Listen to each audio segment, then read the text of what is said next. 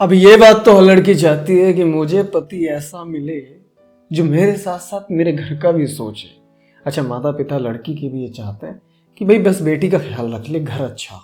पर अक्सर लड़की की इच्छा यही होती है कि जैसे मैं इसके घर में रहती हूँ, मैं इज्जत देती हूँ माँ बापों को, मैं सुनती हूँ इनकी, ये भी मेरे माँ बापों को इतनी सुने, इतनी इज्जत दे। सोचो ऐसा पति मिल भी गया, मैं कहता हूँ दुनिया में ऐसा है और वो मिल गया, पर क्या होगा जब तुम ये जानोगे कि ऐसा पति मिल गया किसी लड़की को और इतना अच्छा बनने की वजह से उस लड़की का ही मैके से रिश्ता खत्म हो गया। मैं सच बता रहा हूं तुम्हें, अगर लड़का इतना अच्छा हो जाए कि आपके माँ बापों का ख्याल रखे, घर बिगड़ सकता है आपका। पति केवल उस घर का ही सोचे जिस घर में बहू रहती है।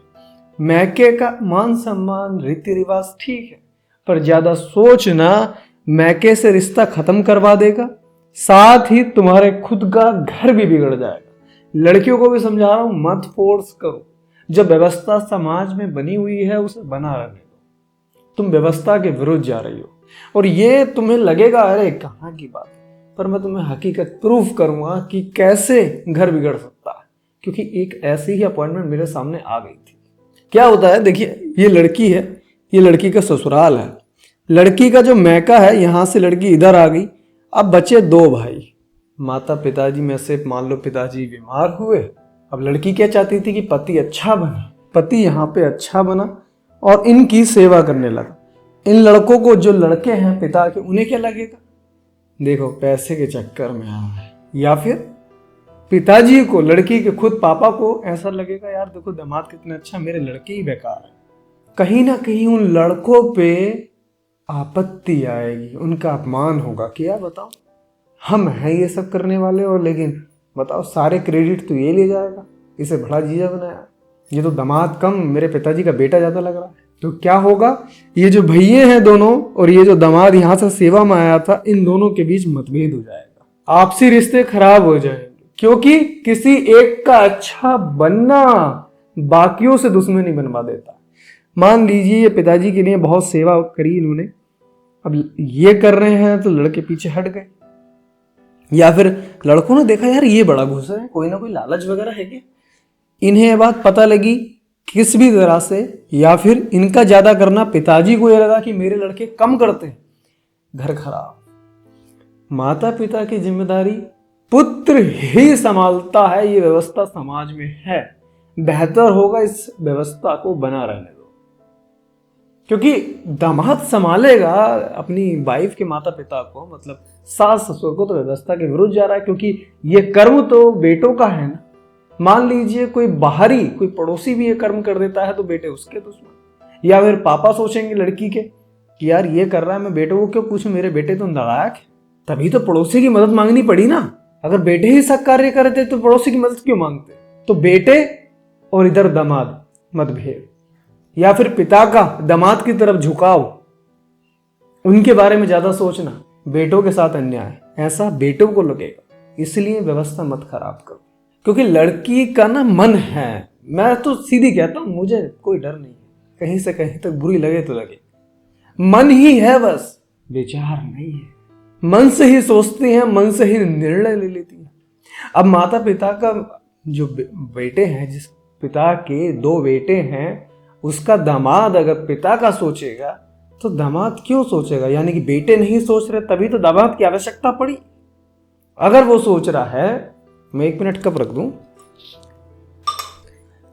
अगर दामाद सोच रहा है तो कहीं ना कहीं मतभेद के चांसेस तो बढ़ते जा रहे हैं। इसलिए लड़कियों अपना मन अपने तक ही सीमित रखो, क्योंकि देखिए जो लड़के के ससुर जी हैं, आपके पिताजी, उन्हें इज्जत मिलना, उनका सम्मान होना, जो भी रीति रिवाज परंपराएं हैं वो होना, ये सब दामाद हकदार है करने का। पर दामाद इतना अच्छा भी है कि सेवा में भी उतर गया, पर ये घर बिगड़वा देगा आपका। सोचो तुम्हारे मैके से तो रिश्ता वहां मतभेद होगा तो खराब ही हो रहा है, लेकिन दामाद जो घर आएगा वो कहेगा ले और भेज, मुझे करा दिया ना मेरा अपमान, फिर क्या करोगे तुम। ससुराल भी खराब, मैका भी खराब। तो रिश्ते जिस तरह से चल रहे हैं उसी तरह से चलने दीजिए, इनमें ज्यादा ना ही घुसिए, ज्यादा अपनी मन की इच्छाएं ना पूरी करिए। ये मन होता है। मैं भी अपने पिताजी से, मम्मी से या घर के किसी सदस्य से दूर जाऊंगा, मुझे भी चिंता बनी रहेगी। पर बेटा, जिसका हल मेरी चिंता से ज्यादा उस सदस्य के साथ वाला व्यक्ति निकाल सकता है, तो मैं क्यों अपना मन लगाऊं? और मुझे पता है मेरे मन से खाली ये युद्ध बढ़ जाएगा, तो मैं क्यों लगाऊं? थोड़ा दिमाग से सोचा करो। मन की इच्छाएं मन तक ही रखो, इन्हें प्रैक्टिकली मत उतारो, क्योंकि ये खाली थॉट्स हैं। जब ऐसी समस्या आएगी तो दामाद जरूर उतरेगा, उतरना भी चाहिए। लेकिन पहला हक बेटों का है, बेटे करेंगे पिता का, जो लड़की की पिताजी हैं, माताजी हैं। अगर वो नहीं करते तब दामाद को उतरना चाहिए, क्योंकि समाज को दिख जाएगा ना, जो आस पड़ोस होगा आपके मैके का, उन्हें दिख जाएगा कि बेटे तो ऐसे निकले। लेकिन अगर बेटे कर रहे हैं तो दामाद हाल चाल पूछ के विजिट कर सकता है और सेवा में उतर सकता है, लेकिन उतना जितनी लिमिट है। इससे ज्यादा किया तो शक का भाव पैदा होता है बेटों के मन में। बात समझे थोड़ी सी, ये बहुत ऊपर तक की बातें हैं, आगे तक की, जहां तुम नहीं सोच सकते, क्योंकि ये चल रहा है समाज में। दूसरा, देखिए, ये आपका घर जो है मैका, शादी से पहले ये आपका घर था। आपकी मृत्यु वहां से होगी जहां आपकी ससुराल है। आपकी मृत्यु यहां हो गई तो अर्थी वहां से नहीं उठेगी, यहीं से उठेगी। तो यहां का सोचना अति आवश्यक है। आवश्यक है मैके का भी सोचना, मम्मी जी ठीक है, पापा जी ठीक है, पर अति आवश्यक कार्य ये है कि यहां व्यवस्था सारी बनी रहे, यहां किसी को कोई परेशानी ना रहे। अब तुम रोजाना केवल वही जिंदगी जीना पसंद कर रही हो मन से जो तुम शादी से पहले थी, तो ससुराल खराब हो जाएगा। ससुराल में किसी को खराबी लगी या खराब हुआ, पति खराब, रिश्ता खराब, पति पत्नी का रिश्ता खराब, ये बातें तुम मैके पहुंचाओगी। मैके से तनाव, बिगड़ गया घर। और ये नहीं है तुम दोनों पति पत्नी का ही घर बिगड़ेगा, तुम्हारा मतलब लड़की होना तुम, लेकिन साथ में मैका भी खराब होगा। मान लो गुस्से में लड़ झगड़ के तुम मैके चली जाती, वो बेटे जिनकी शादी हो गई है, जिनकी पत्नियां हैं, वो रख लेंगे तुम्हें? हक तो उनका है। वो कहेंगे लो आ गई, यहीं पड़ी रहती है, पति की तो हुई नहीं, हमारी क्या होगी? इस तरह के ताने मिलते। मैंने ऐसे ऐसे घर देखे हैं जहां लड़की ने अपने मन को पूरा करके तलाक ले लिया, अपने भैया की सुनी, तलाक ले लिया, लेकिन तलाक के बाद वो लड़की वहां पड़ी देखी मैंने जहां उसकी जगह नहीं थी। मतलब बहुत ही गंदी जगह। और जबकि भाइयों ने ही मुझे दर्शन करा दिए थे, मैं सच बता रहा हूं। शादी से पहले तुम्हारा मैका तुम्हारा था, शादी के बाद तुम्हारा नहीं है। वो तुम्हारे भाइयों की पत्नियों का है, तुम्हारे भाइयों का है। तुम्हारे भाई आज भी प्रेम करते होंगे तुम्हें उतना, पर क्या होगा जब उसकी वाइफ हस्तक्षेप करेगी अपने पति से कि इसे भगाओ, कहां से आ गई है, तो भाई क्या करेगा? भाई भाभी को मारेगा, अपना घर बिगाड़ेगा?